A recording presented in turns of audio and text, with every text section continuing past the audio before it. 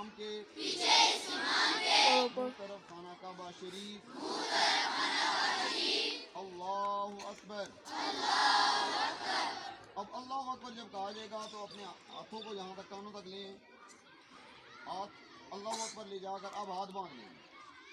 اب تمام بچوں نے ثنا پڑھنی ہے، دل میں ثنا پڑھنی ہے، سبحانک اللہم و بحمدک وتبارک اسمک وتعالی جدک ولا الہ غیرک، یہ ہم نے ثنا پڑھ لی۔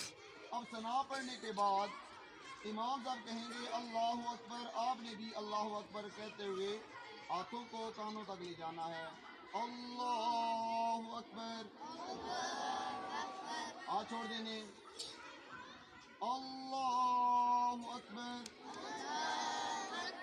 ہاتھ چھوڑ دینے، اللہ اکبر، ہاتھ باندھ لینے۔ اب امام صاحب نے تعوذ، تسمیہ، سورہ فاتحہ پڑھنی ہے، سورت ملانی ہے، رکوع کرنا ہے، 2 سجدے کرنے ہیں اور دوسری رکعت کے لیے کھڑے ہو جائیں گے۔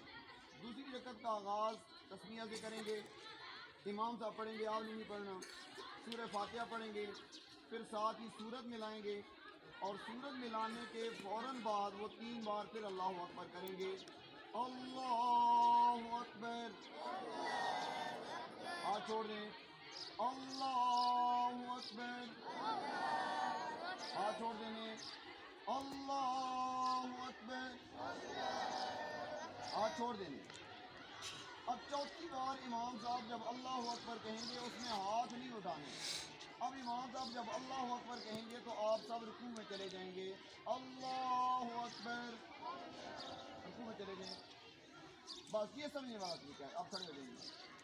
اس طریقے کے مطابق نماز ادا کرنی ہے اور اس میں غلطی نہیں ہونی چاہیے۔ اللہ تعالیٰ سے دعا، اللہ تعالیٰ مجھے توفیق عطا فرمائے۔